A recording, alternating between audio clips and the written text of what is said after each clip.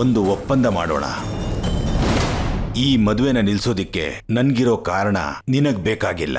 ನಿನ್ಗೇನಕ್ಕೆ ಬೇಕಾಗಿತ್ತೋ ಅದು ನನ್ಗೆ ಬೇಕಾಗಿಲ್ಲ. ಆದ್ರೆ ಮದುವೆನ ನಿಲ್ಸೋವಂತ ಅವಶ್ಯಕತೆ ಇಬ್ರಿಗೂ ಇದೆ, ಹೌದಾ? ಚಂದ್ರಗೆ ದುಡ್ಡು ಹೇಗೆ ಬದಲಾಗಿದೆ ಅಂತ ಗೊತ್ತೇ ಇಲ್ಲ. ನಾನೇ ಬುದ್ಧಿವಂತಿಕೆಯಿಂದನೇ ಬ್ಯಾಗ್ನ ಬದಲಾಯಿಸಿದ್ದು. ಹಾಗಾಗಿ ಚಂದ್ರಗೆ ಈ ವಿಷಯ ಬಗ್ಗೆ ಗೊತ್ತಿಲ್ಲ. ಆದ್ರೆ ಇನ್ಮೇಲಿಂದ ನಾವೆಲ್ಲರೂ ಸೇರಿ ಈ ಮದುವೆನ ನಿಲ್ಸೋದಿಕ್ಕೆ ಬೇಕಾಗಿರೋ ಎಲ್ಲ ಕೆಲಸನೂ ಮಾಡೋಣ. ಪ್ರತಿ ಅವಕಾಶನೂ ಉಪಯೋಗಿಸ್ಕೊಳ್ಳೋಣ. ನೀನ್ ಹೇಗೆ ಆ ಮನೆನ ಒಡಿಬೇಕು ಅಂತ ನಾನು ಹೇಳ್ಕೊಡ್ತೀನಿ.